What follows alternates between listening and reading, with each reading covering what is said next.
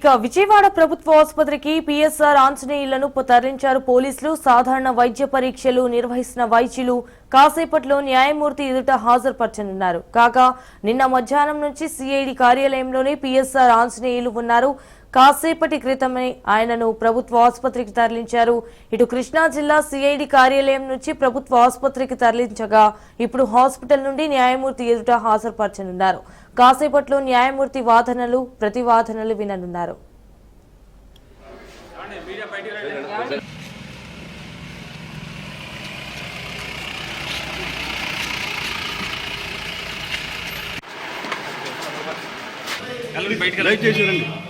Please sir please sir please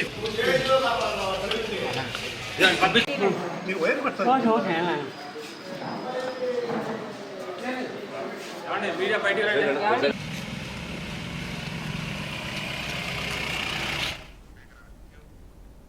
ఇక విజయవాడ ప్రభుత్వ ఆసుపత్రికి పిఎస్ఆర్ ఆంజనేయులను తరలించారు పోలీసులు. సాధారణ వైద్య పరీక్షలు నిర్వహిస్తున్న వైద్యులు కాసేపట్లో న్యాయమూర్తి ఎదుట హాజరుపరచనున్నారు. కాగా నిన్న మధ్యాహ్నం నుంచి సిఐడి కార్యాలయంలోనే పిఎస్ఆర్ ఆంజనేయులు ఉన్నారు.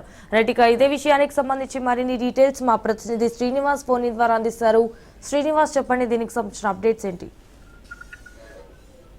సంజన, సీనియర్ ఐపీఎస్ అధికారి పిఎస్ఆర్ ఆంజనేయులు గత కొంతకాలంగా కూడా కొన్ని ఆరోపణలు ఎదుర్కొంటా ఉన్నారు. ఈ ఆరోపణల నేపథ్యంలో ముంబై సినీ నటి కాదంబరి జత్వానీని వేధించారంటూ కూడా వైసీపీ హయాంలో ఇతనిపై అభియోగాలు ఉన్నాయి. ఈ అభియోగాల నేపథ్యంలో ఇతనితో పాటు అప్పుడు వైసీపీ ప్రభుత్వంలో ఇంటెలిజెన్స్ చీఫ్ గా వ్యవహరించినటువంటి పిఎస్ఆర్ ఆంజనేయులతో పాటు అప్పటి పోలీస్ కమిషనర్ కాంచరానా టాటా, అలాగే డీసీపీ విశాల్ గుండి, వీళ్ళందరిపై కూడా ఇంకొక ఏసీపీ అట్లాగా ఒక సిఐ పైన కూడా సిఐడి కేసు నమోదు చేయడం జరిగింది బాధితుల ఫిర్యాదు మేరకు. అయితే ఈ కేసులో భాగంగా ఆల్రెడీ ఒక పిఎస్ఆర్ ఆంజనేయులు తప్ప మిగిలిన వాళ్ళందరూ కూడా ముందస్తుగా తెచ్చుకోవడం జరిగింది. అయితే పిఎస్ఆర్ ఆంజనేయులు మాత్రం తనకి ఈ కేసుతో ఎలాంటి సంబంధం లేదు, తను ఎవరిని కూడా వేధింపులకు గురి చేయలేదని అనే ఉద్దేశంతోనే అసలు ముందస్తు బయలుకి వెళ్ళకపోవడం, అట్లాగే తనైతే చేయలేదనే ధీమాగా కూడా ఉండడం జరిగింది. ఈ నేపథ్యంలోనే గత సిఐడి పోలీసులు కేసు విచారణ చేపట్టినటువంటి అధికారులందరూ కూడా ఇతని పాత్ర ఎంతవరకు ఉందనే కోణంలో కూడా దర్యాప్తు చేపట్టారు. దర్యాప్తు చేపట్టిన తర్వాత నిన్న హైదరాబాద్ లో బేగంపేటలోని పిఎస్ఆర్ ఆంజనేయుల నివాసంలో అతన్ని అదుపులోకి తీసుకోవడం జరిగింది. అదుపులోకి తీసుకున్న తర్వాత వెంటనే విజయవాడ సిఐడి కార్యాలయానికి తీసుకురావడం జరిగింది. విజయవాడ సిఐడి కార్యాలయంలో నిన్న మధ్యాహ్నం నుంచి కూడా అతని విచారణ కంటిన్యూగా జరిగింది.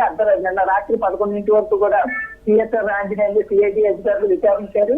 తర్వాత ఈ కొద్ది విరామం తర్వాత కూడా ఈ రోజు ఉదయం కూడా తెల్లవారుజామున కూడా విచారణ చేపట్టిన అనంతరం ఉదయం 6 గంటలకు అతన్ని అరెస్ట్ చేసినటువంటి సిఐడి అధికారులు వైద్య పరీక్షల నిమిత్తం కూడా, అంటే ఫిట్నెస్ సంబంధించిన పరీక్షల కోసం విజయవాడ ప్రభుత్వ ఆసుపత్రికి తరలించారు. విజయవాడ ప్రభుత్వ ఆసుపత్రిలో పిఎస్ఆర్ ఆంజనేయులకు వైద్య పరీక్షలు చేపట్టి అటువంటి ఎలాంటి ఆరోగ్య సమస్యలు లేవని కూడా వైద్యాధికారులు చెప్పడం జరిగింది. ఈ నేపథ్యంలో అక్కడి నుంచి విజయవాడ సిఐడి కోర్టుకు తీసుకురావడం జరిగింది. ప్రస్తుతం సిఐడి కోర్టులో పిఎస్ఆర్ ఆంజనేయుల్ని సిఐడి అధికారులు హాజరుపరచడం జరిగింది. అయితే ఇతను సొంతంగా కూడా ఎవరిని తన సొంతగా న్యాయవాదిని ఎవరిని పెట్టుకోలేదు.